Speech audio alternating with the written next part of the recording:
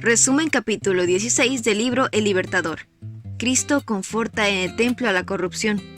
Se acercaba la fecha de la celebración de la Pascua judía, así que Jesús fue a Jerusalén. Jesús todavía no había anunciado públicamente su misión, e iba inadvertido entre la muchedumbre. En tales ocasiones, el advenimiento del Mesías era a menudo tema de conversación. En Jerusalén, durante la semana de la Pascua, se congregaban grandes muchedumbres que venían de todas partes de Palestina, y aún de países lejanos.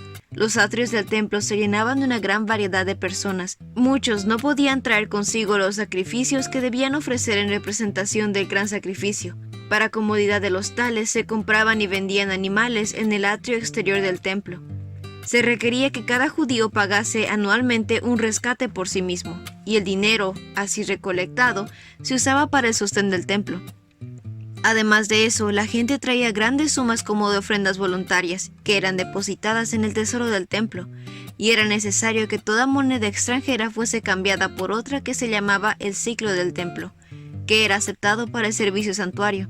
El cambio de dinero daba oportunidad para el fraude y la extorsión.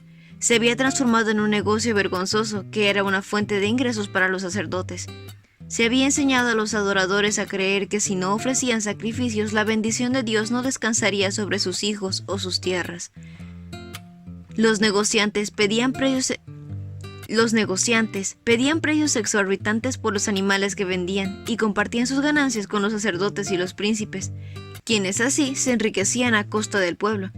Podía oírse regateos agitados, mugidos de ganado vacuno, balidos de ovejas y arrullos de palomas mezclados con el repiqueteo de las monedas y las disputas acaloradas. La confusión era tanta que el bullicio ahogaba las oraciones dirigidas al Altísimo. Los israelitas se enorgullecían de su templo y consideraban como blasfemia cualquier palabra pronunciada contra él. Pero el amor al dinero había sido más fuerte que la preocupación por honrar el templo. Los sacerdotes y los príncipes debían haber corregido los abusos que se cometían en el atrio del templo y debieran haber dado a la gente un ejemplo de integridad. Pero la codicia había endurecido sus corazones. A esta fiesta venían quienes se hallaban en necesidad y angustia, ciegos, lisiados, sordos. Algunos eran traídos sobre camillas, muchos eran demasiado pobres para comprarse la más humilde ofrenda para el Señor, o incluso para comprar alimentos. Las declaraciones de los sacerdotes les causaban gran angustia. Estos se jactaban de su santidad, pero carecían en lo absoluto de simpatía y compasión. Cuando Jesús entró en el templo, vio las transacciones injustas, vio la angustia de los pobres que pensaban que sin derramamiento de sangre no podían ser perdonados por sus pecados. Vio el sagrado atrio exterior de su templo convertido en un lugar de negocios profanos. Había que hacer algo al respecto. Con mirada penetrante, Cristo abarcó la escena que se extendía delante de él. Con mirada profética vio el futuro, abarcando no solo años, sino siglos y edades. Vio cómo los sacerdotes y los príncipes prohibirían que el evangelio se predicase a los pobres. Vio cómo el amor de Dios sería ocultado de los pecadores y los hombres comerciarían con su gracia. Su rostro mostró indignación, autoridad y poder. La atención de la gente fue atraída hacia él. Los ojos de los que estaban haciendo negocios profanos se clavaron en su rostro y no podían apartar la mirada. Sentían que este hombre leía sus pensamientos más íntimos y descubriría sus motivos más ocultos. Algunos intentaron esconder el rostro. Cesó el ruido de los vendedores y los regateos. El silencio se hizo penoso. Fue como si todos estuviesen compareciendo ante el tribunal de Dios. Mirando a Cristo, vieron la divinidad que fulguraba a través de la humanidad. Habló y su voz clara penetrante, la misma que sobre el monte Sinaí había proclamado la ley, se oyó repercutir por el templo. Saquen todas estas cosas de aquí, dejen de convertir la casa de mi padre en un mercado. Alzando el látigo de cuerdas que había recogido al entrar en los recintos del templo, ordenó a los negociantes que se alejen de las dependencias del templo, y con un celo y una severidad nunca antes manifestada, derribó las mesas de los cambistas. Las monedas cayeron y dejaron oír su sonido metálico sobre el pavimento de mármol. Nadie cuestionó su autoridad, nadie se atrevió a detenerse para recoger las ganancias ilícitas.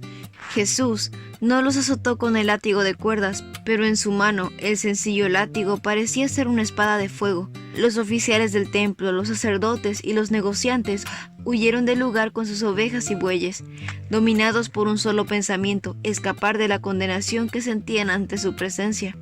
El pánico se apoderó de la multitud, que sintió la imponente presencia de su divinidad. Aún los discípulos temblaron, atónitos por las palabras y las actitudes de Jesús, tan diferentes de su conducta habitual. Pronto los atrios quedaron libres de todo comercio profano. Sobre la escena de confusión descendió un profundo y solemne silencio. La presencia del Señor había hecho sagrado el templo edificado en su honor. Al purificar el templo, Jesús anunció su misión como Mesías y comenzó su obra.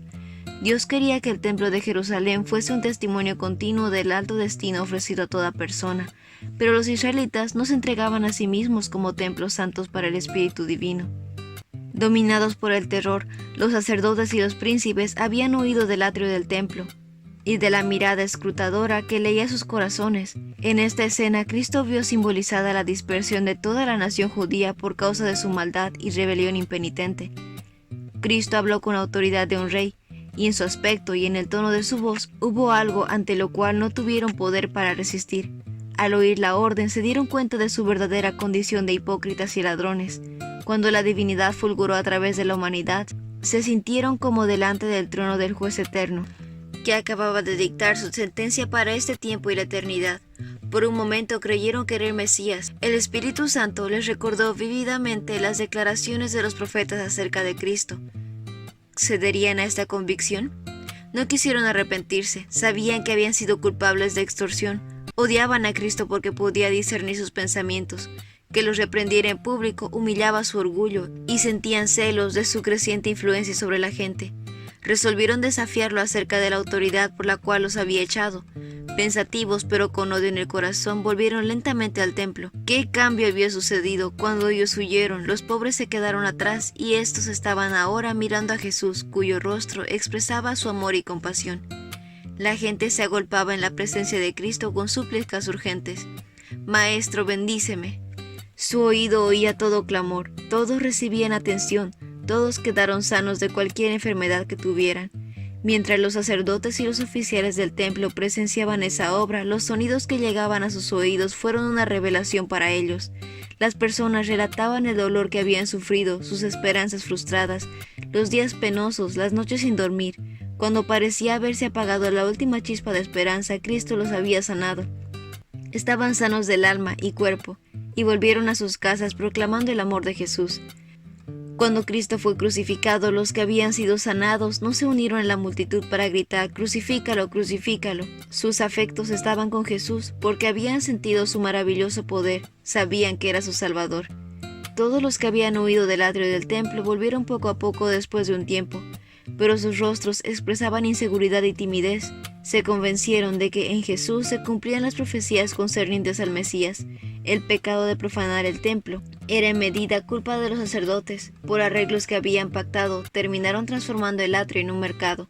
Los sacerdotes y los príncipes debieran haber visto en Jesús al ungido del Señor, ya que ellos tenían los rollos sagrados que describían su misión. Sabían que la purificación del templo fue una manifestación de un poder más que humano. Por mucho que odiasen a Jesús, no lograban librarse del pensamiento de que podía ser un profeta enviado por Dios para restaurar la santidad del templo. Cuando los sacerdotes y los príncipes volvieron al templo, se habían propuesto matar a Jesús y librarse así del perturbador. Las palabras del Salvador, «Destruyan este templo y en 3 días lo levantaré», tenían un significado más profundo que el percibido por los oyentes. Los servicios del templo simbolizaban el sacrificio del Hijo de Dios. Todo el plan de adoración con sacrificios prefiguraba la muerte del Salvador para redimir al mundo. Todo el sistema ritual no tenía valor sin fe.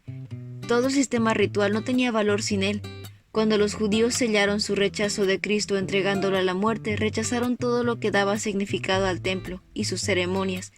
Su carácter sagrado desapareció, quedó condenado a la destrucción. Desde ese día los sacrificios rituales dejaron de tener significado.